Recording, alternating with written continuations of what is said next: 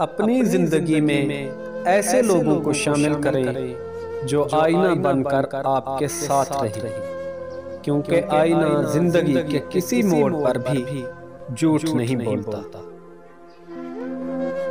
खुदा के चुने हुए लोग ही दूसरों के दर्द चुनते हैं, क्योंकि ये हर किसी के बस की बात नहीं।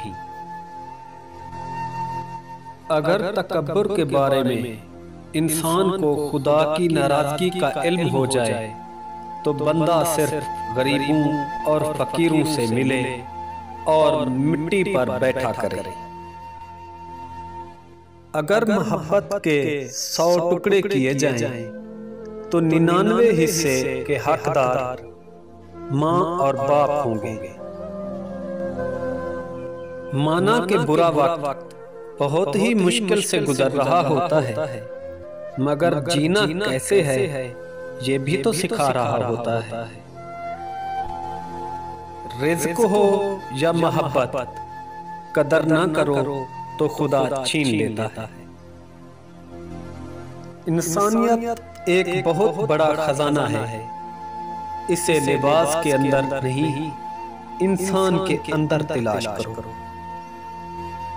सर झुकाने की खूबसूरती भी कमाल की होती है। सजदा जमीन पर हो रहा होता है और दुआएं आसमान तक पहुंच जाती हैं। इंसानों को बहुत ज्यादा परखने की कोशिश मत किया करें। ये मत भूलें कि जन्नत उन लोगों से भरी होगी जिन्होंने गुनाहों के बाद सच्चे दिल से तौबा कर ली।